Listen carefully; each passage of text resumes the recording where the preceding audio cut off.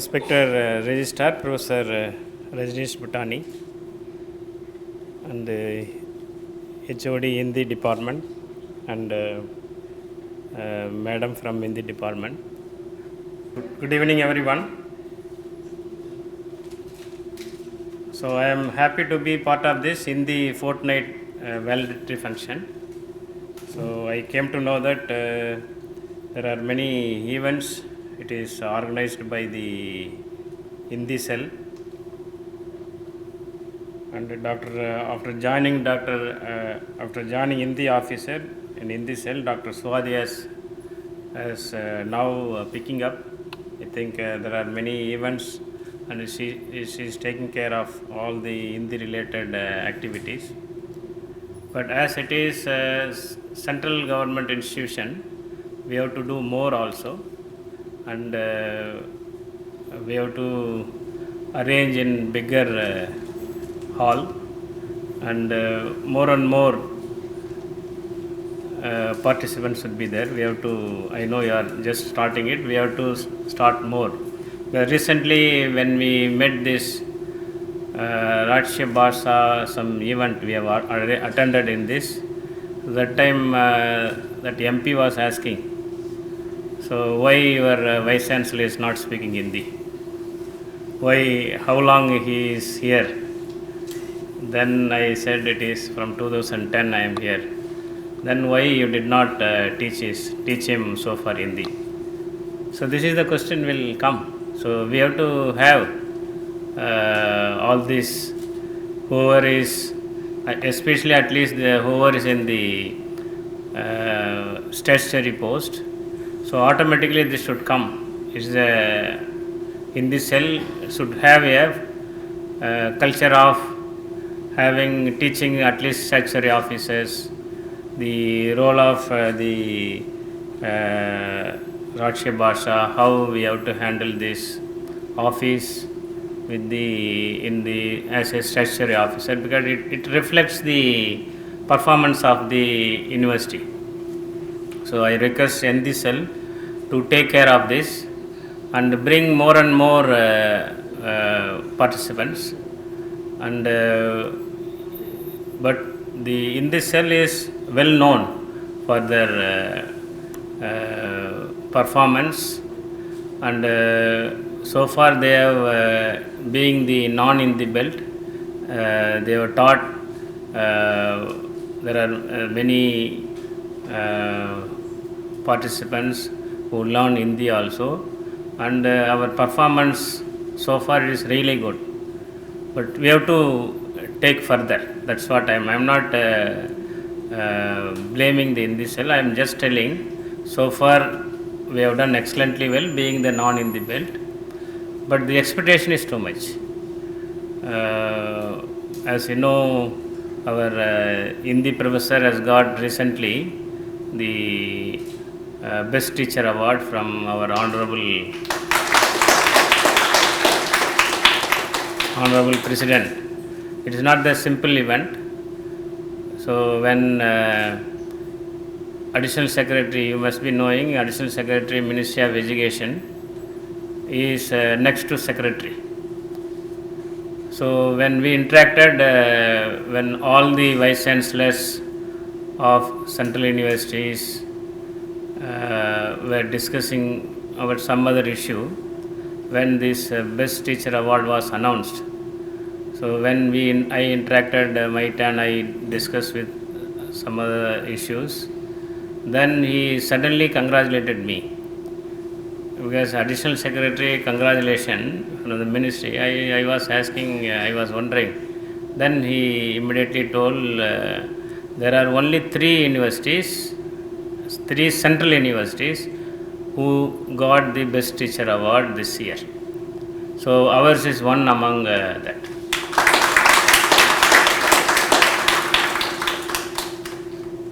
So as I am Vice Chancellor in charge and looking for more and more laurels, as he is the Secretary of Central Universities, so he is also looking for more and more laurels for the Central Universities. So that is why he told the other Central Universities that you have to bring more Best Teacher Awards, being the 58 central universities, only 3 we are getting, and that is not enough. We have to get more and more awards. So, being these central universities in charge. So that is why I am telling our Professor Babu has done excellently, very good work.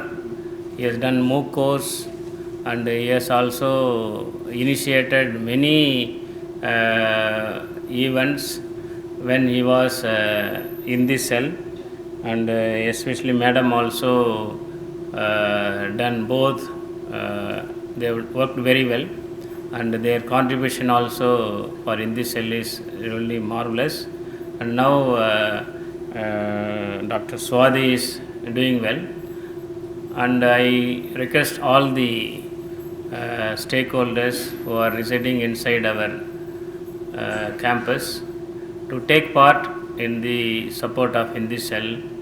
There are many initiatives, there are many schemes which is available to this, and we have to take part of this and improve your knowledge in Hindi. That will really help us to understand what are the important things as mandatory things for our university. So in this cell also we have to also think how best we can, up to the whatever the expectations, we'll think whenever the visit only we should not concentrate. So we have to also what are the other things we have to do, we have to think on those. I request all the people who have come here to help in this cell and tell them the ideas how best we can take further to this in this cell activities. So in this way this will be very useful. So I take this opportunity to congratulate the in this cell for arranging this in the fortnight celebrations. So I once again thank everyone for attending this. Thank you and all. बहुत बहुत धन्यवाद sir. Sir ने जैसे बताया कि sir there was examination going on when we were conducting the competition, so उसकी वजह से थोड़े पार्टिसिपेंट्स कम थे, लेकिन अगले वर्ष से इसका ध्यान रखा जाएगा कि एग्ज़ाम को क्लैश, मतलब एग्ज़ाम और कॉम्पिटिशन्स क्लैश ना हो पाए, उसका पूरा ध्यान रखेंगे सर. और जैसे सर ने बताया है अगले साल हम पार्टिसिपेंट्स को बढ़ाने की कोशिश करेंगे. और चूँकि सर हिंदी बोल नहीं सकते, लेकिन फिर भी हिंदी के कार्य में, हिंदी कॉम्पिटिशन्स को लेके या किसी भी कार्यक्रम को लेके सर का सपोर्ट 100% हमेशा रहता है. इसके लिए मैं सर का बहुत बहुत धन्यवाद देती हूँ. जब भी हिंदी की कोई भी मतलब फाइल जाती है सर के पास, तो सर ने आज तक उसे मतलब रिजेक्ट नहीं किया है, कि हमेशा अप्रूव करते हैं कि गो अहेड गो अहेड. तो मैं पुनः सर का बहुत बहुत धन्यवाद देती हूँ. अब हम पुरस्कार वितरण की ओर बढ़ते हैं. सो सबसे पहले हम नॉन टीचिंग स्टाफ के डिक्टेशन की ओर जाते हैं.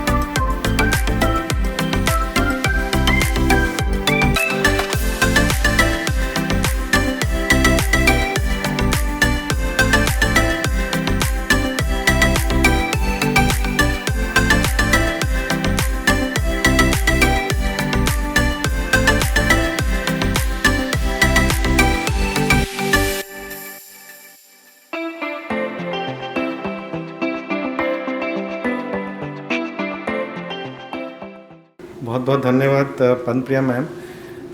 आपको सुनते हुए मुझे याद आ रहा था कि मैडम यहाँ पांडिचेरी विश्वविद्यालय में आने से पहले CSIR की नेशनल जियोफिजिकल रिसर्च इंस्टीट्यूट में रह चुकी हैं, तो उनको भी पुरानी यादें शायद ताज़ा कर रही थी। She was doing lot of good translation work of all this earth sciences related literature when she was there. So thank you for putting up this effort to introduce me in that way. Thank you very much. And I won't take much time. I will just want to congratulate you, all of you, who have won the awards. Half will be given now. हाँ, यही मैं कहने वाला था कि हिंदी पखवाड़े का ये समापन हो रहा है और मैडम ने कहा आप तो हिंदी में बोल दीजिए। मेरा एक इंटेंशनल डेलिब्रेट एफर्ट था कि मैं मिक्स करके बोलूं। उसका एक रीज़न है। वो मैं तो सबसे पहले तो बहुत बहुत बधाई देता हूं अपनी हिंदी ऑफिसर को, particularly that this year our university participated in the inaugural function of the official Hindi fortnight celebration. So she represented us. So in that way ये जो पखवाड़ा शुरू हुआ, इसके सारे राष्ट्र के शुरुआती समारोह में पांडिचेरी विश्वविद्यालय भी सम्मिलित था। तो इसके लिए हमें बहुत बहुत गर्व है। और जिस तरह से इन्होंने उसका आयोजन किया, कुछ ऑफकोर्स हमेशा स्कोप रहता है, there is always a scope for improvement, तो वो तो होगा ही। लेकिन मुझे सबसे ज़्यादा खुशी इस बात की है कि इतने सारे प्रतिभागियों ने इसमें भाग लिया, तो सारे ही बधाई के पात्र हैं। और when our honourable vice chancellor was saying that no Hindi cell also should take some effort to teach Hindi to non Hindi speaking, the immediate thought which crossed my mind is it should be in both ways, and we are lucky that our Hindi officer is a bilingual or trilingual person. So she should take an effort to not only teach Hindi to non-Hindi speaking person, but also Tamil to those people who come from various parts of non-Tamil speaking. And that was actually the heart of this official language act. So this is all part of this official language act which was in 1963, which was formulated. And if you look at this official language act, you would see that it came into effect from 1965 after 15 years of official language status given to Hindi.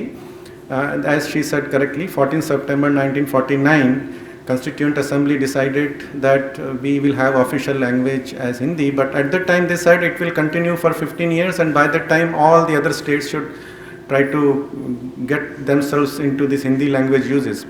But in 65, when this official language act was implemented, it was written that those states who do not have their official language as Hindi would have English continuing to be their official language, and that is what we are following. So we come in the part C, in the region C, जो कि हिंदी में इतने निपुण नहीं हैं, तो उन राज्यों को के लिए ये ऑफिशियल लैंग्वेज एक्ट में ये प्रावधान रखा गया कि आपकी ऑफिशियल लैंग्वेज इंग्लिश रहेगी, लेकिन आप धीरे धीरे अपने हिंदी के शब्दों का प्रयोग बढ़ाते जाएं। तो उस क्रम में इस तरह के प्रोग्राम आयोजित किए जाते हैं।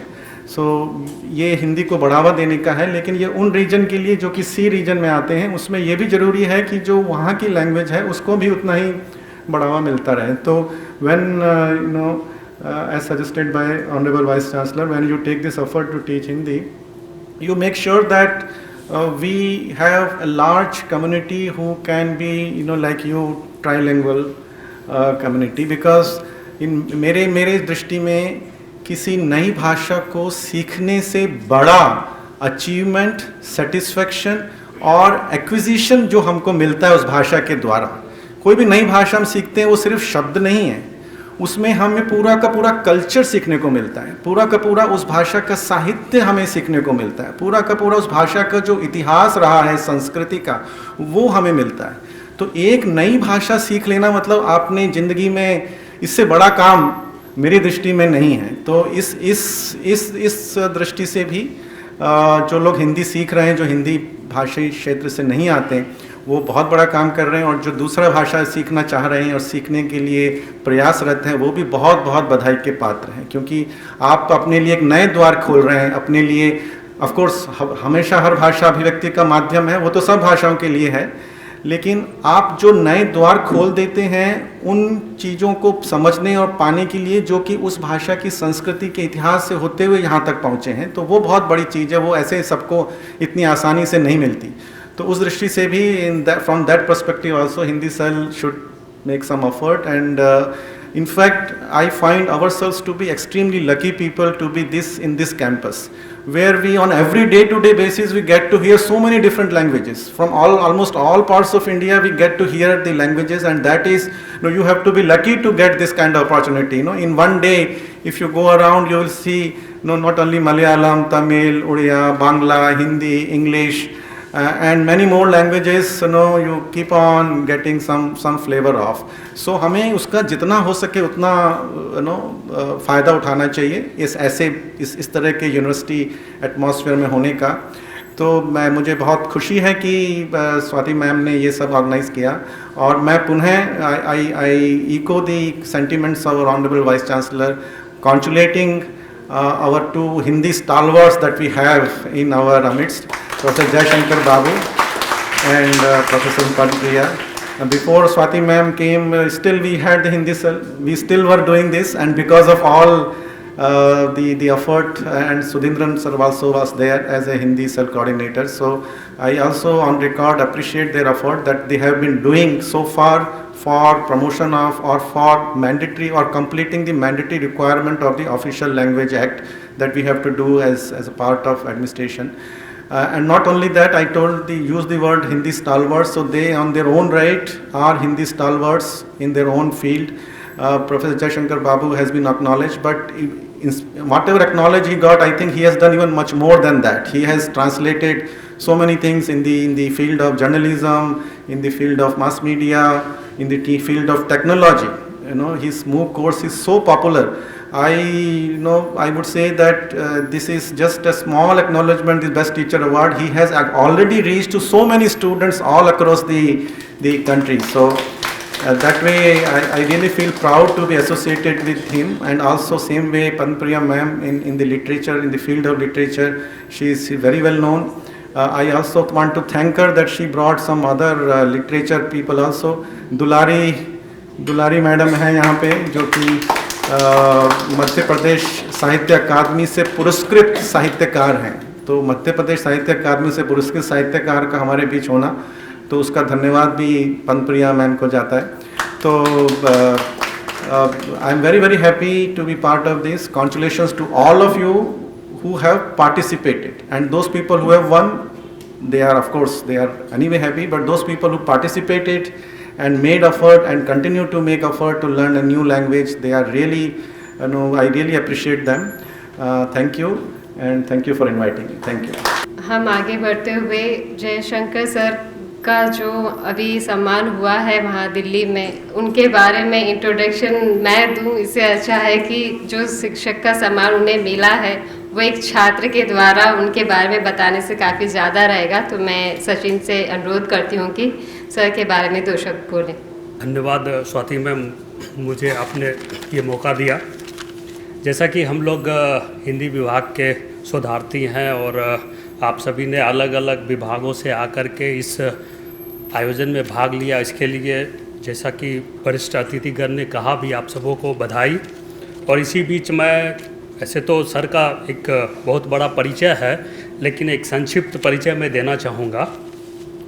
शिक्षण, पत्रकारिता और शोध में अपनी अहम भूमिका निभाते आ रहे हैं। साथ ही भारतीय भाषाओं में कंप्यूटिंग के क्षेत्र में ई-साक्षरता फैलाने में महती भूमिका रही है इनकी। इन्होंने पांडिचेरी विश्वविद्यालय में उच्च शिक्षा स्तर पर हिंदी में 33 बहुविषयक तकनीकी और रोजगारोन्मुखी पाठ्यक्रम तैयार किए हैं और कई सारे हिंदी पाठ्य पुस्तकों को भी लिखे हैं। इन्हीं सभी योगदानों को देखते हुए विगत महीने ही भारत में पहली बार उच्च शिक्षा में राष्ट्रीय पुरस्कार का आयोजन किया गया, जिसमें 16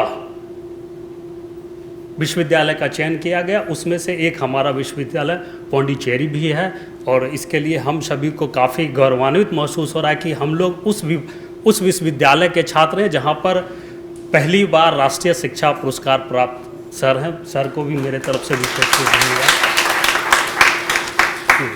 बहुत बहुत धन्यवाद सचिन।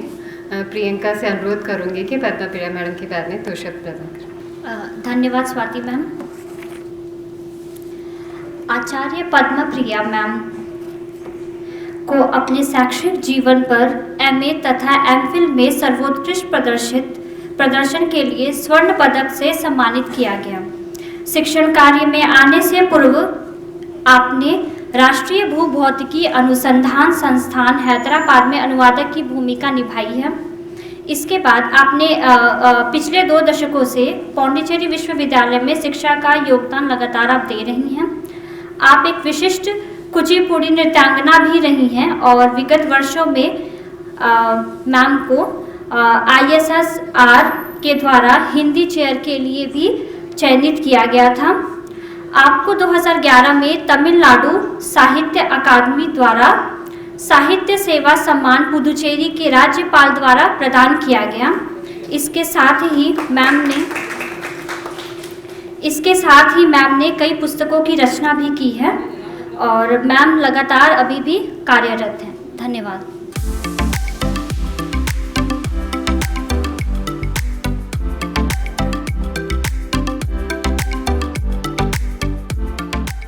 हिंदी दिवस समापन समारोह, वो नाम ही समापन अच्छा नहीं लगता मुझे।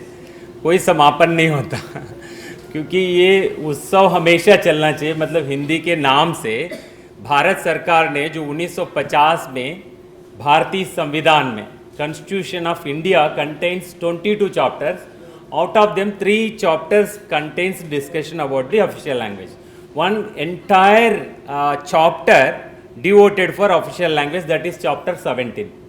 Chapter 17 of Indian Constitution deals with official language of India.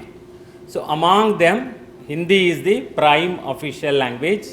So Hindi Bharat संघ की राजभाषा है। ये भारत के संविधान के 17वें अध्याय में शामिल है। इसके अलावा संसद और अन्य सदनों में जो बातचीत होती है उसके लिए 2 चैप्टर और है। सो उनमें भी मतलब 5 और 6 में भी इसका डिस्कशन है। और दूसरी बात, आजकल तो हम कंट्रोल F डाल के चेक करते हैं, तो आप चाहे तो देखिए कहीं पे भी नेशनल लैंग्वेज वर्ड हमारे कॉन्स्टिट्यूशन में नहीं है। नेशनल लैंग्वेज बोला जाता है but it is not there. Official language आप सर्च करेंगे, टोटल कॉन्स्टिट्यूशन के जितने पेजेस है 1/3 पेजेस में ऑफिशियल लैंग्वेज की बात है। मतलब काफ़ी इम्पोर्टेंस कॉन्स्टिट्यूशन में ऑफिशियल लैंग्वेज को दिया गया। और दूसरी इम्पोर्टेंट बात यह है कि ये स्टैट्यूटरी रिक्वायरमेंट है कि मतलब वैधानिक अपेक्षा है कि हम हिंदी अपनाएं, क्योंकि सरकारी संस्था है। सरकारी संस्था में सरकारी भाषा के रूप में, ऑफिशियल लैंग्वेज के रूप में, राजभाषा के रूप में हिंदी को अपनाना है। न केवल हिंदी, क्योंकि ये हिंदीतर प्रदेश है, मतलब सी रीजन में इसको कैटेगराइज किया तो सी में यहाँ की जो क्षेत्रीय भाषा है वो पहले, और उसके बाद हिंदी, फिर अंग्रेजी। विशेषकर जो पब्लिक इंटरफेस बोर्ड्स वगैरह है जो भी है उसमें तमिल भी, तमिल के साथ फिर हिंदी, फिर उसके बाद अंग्रेजी, ये तीनों का प्रयोग होना चाहिए।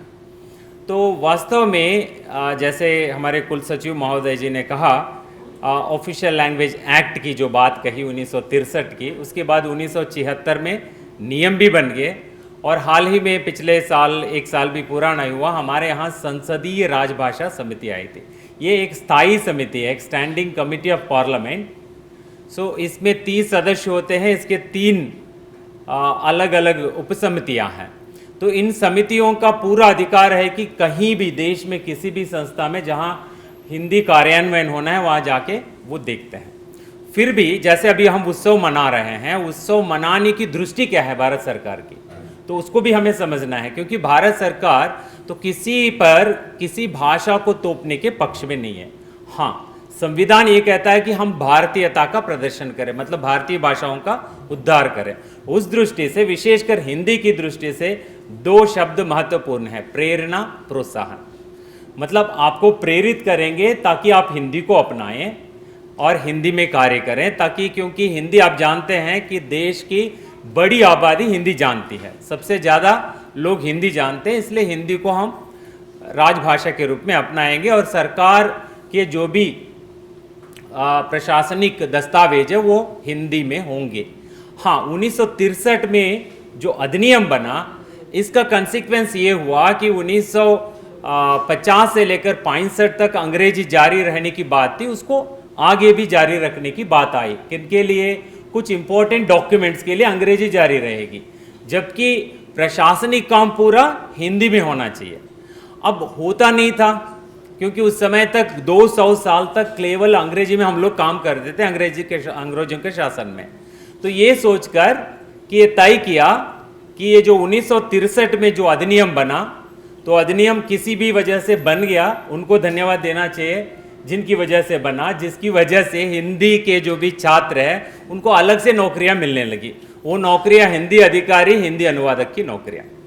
तो आपको फायदा हुआ, राजभाषा अधिनियम की वजह से you are getting the benefit of getting jobs in central government organisations, almost all central government secretariats, right, ministries and all organizations including banking sectors, insurance sector, everywhere you are getting jobs. तो ये benefit हुआ official language act बनने के बाद, और official language rules 76 में बन गए।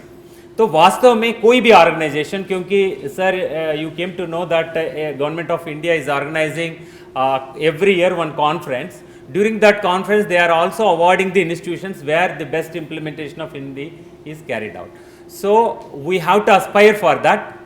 Even our organization also can also get that national award for implementation of Hindi. So it is very simple as such. We can divide whole organization into two. One, those who are working in the administration. Others, this is actually teaching institution, teaching people, they will be doing their job, that is different. But in the administration, some work should be carried out in Hindi. For that, there is a earmarked targets. So correspondence, originating correspondence should be 55% for this region, that is C region. So in addition, 100% is for Section 3(3) of Official Language Act. Section 3(3) of Official Language Act speaks about all mandatory documents. Some documents are mandated. All documents should be issued bilingual, both Hindi and English. For that only they are appointing Hindi officers and Hindi translators, because their job is to ensure that these documents are being translated and issued simultaneously in both languages. तो ये तो एक काम है, ये Hindi cell का काम होगा। लेकिन बाकी क्या काम करेंगे? बाकी का बहुत बड़ा काम है। ये जो बाकी टारगेट्स हैं, करस्पॉन्डेंस का 55% टारगेट और कई सारे टारगेट्स हैं, जैसे नोटिंग का 20% टारगेट, कंप्यूटर में काम करना है, वेबसाइट ही बाइलिंगुअल होना चाहिए, ऐसे बहुत सारे काम हैं। सो ये एनुअल जो कैलेंडर में, एनुअल प्रोग्राम में जो भी ईयरमार्क किया जाता है टारगेट्स, उनको अचीव करना है। उसको अचीव करने में एक तरफ हिंदी सेल, दूसरी तरफ सारे स्टाफ काम करना है। तो इसके लिए हिंदी टीचिंग स्कीम है। हिंदी टीचिंग स्कीम को भी 1945 में पैदा किया गया, मतलब तब बनाया स्कीम, उससे पहले स्कीम नहीं थी। हाँ, तो ये शायद हमारे कुलपति महोदय जी को और कुल सचिव महोदय जी को भी पता नहीं। यहाँ सुरेंद्रन जी के जाने के बाद जब मेरे पास दायित्व आया, तो मैंने इस ढंग से कोऑर्डिनेट किया कि वहाँ से एक ऑफिसर यहाँ पे हिंदी टीचिंग स्कीम में अपॉइंट करवा दिया, free of cost, full time. So we could not utilise them properly, क्योंकि JIPMER was having one assistant director of Hindi teaching. In addition, we got one more, because director was my friend. When I told, they obliged and they posted here. We couldn't utilize. Now actually Hindi cell is having, as Vice Chancellor has told, two roles are there. One, teaching and motivating people to learn the languages, Hindi and additional other languages, because they are also official languages in, as I told, the regional language is also official language. Plus motivating people to use in day-to-day official work, especially that target is essential for us to reach and achieve. सो वो लक्ष्य हासिल करने के लिए ऐसे जो उत्सव है, स्वयं कुलपति महोदय जी और कुल सचिव महोदय जी इतना समय देकर आपको मोटिवेट कर रहे हैं और इतने बड़े पुरस्कार जो दिए हैं, मुझे लगता है कि जो मुझे राष्ट्रीय पुरस्कार मिला उससे ज़्यादा पैसे बांटे जा रहे हैं। आप सुनिए, इतना इम्पोर्टेंसी जब दिए गए तो ऑटोमेटिकली हमें क्या रोल प्ले करना है। मैं स्वाति जी से कहूँगा, आप पुराने सर्कुलर्स देखिए, एक्चुअली कन्वेंशनली कहीं पे भी जो कॉम्पिटिशन्स होते हैं ऐसे ही होते हैं, हम ये भी करते थे। मैं स्पेसिफिकली सोच के ये करता था कि नोटिंग ड्राफ्टिंग में हेल्प करने वाले, जाके मतलब ऑफिशियल डॉक्यूमेंट्स में कुछ लिखने वाले, ऐसे को भी प्राइज देंगे हम बोल के। वो विद्यार्थी भी कर सकते हैं, स्टाफ भी कर सकते हैं। There is an incentive scheme for the staff, earmarked scheme is there. They should use at least some 10,000 words per annum. They will be getting prize. ठीक है, उनको कैश अवार्ड मिलेगा। ये सारे स्कीम्स हैं, ठीक है।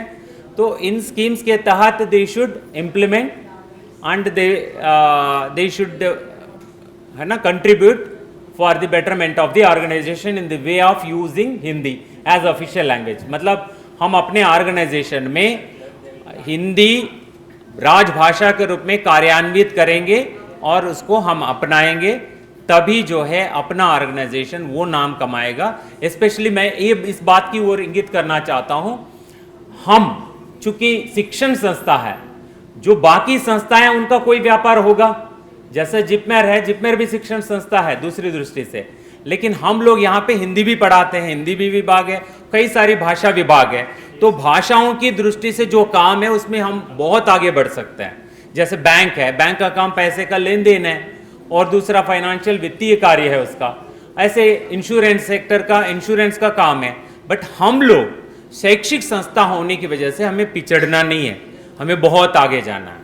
और दूसरी चीज़, अभी सरकार की जो भी योजनाएं हैं वो कागजों में ज़्यादा रह गई, ना विद्यार्थियों के जहन में उतर रहे हैं, ना ही उनके चेतना में उतर रहे हैं। मैं ये कह रहा था कि उनको करना ये चाहिए, कल आपको कोई नौकरी ऐसी चाहिए राजभाषा संबंधी, यहाँ कुछ काम सीखे तब कोई नौकरी आपको बुला के दे देंगे। तो उस दृष्टि से यहाँ आपको कुछ ना कुछ राजभाषा संबंधित गतिविधियों में आपकी रुचि आप लें, तब जाकर इसका फायदा होगा। शायद अन्यत्र ध्यान जा रहा है। मैं यहाँ समाप्त करता हूँ। धन्यवाद।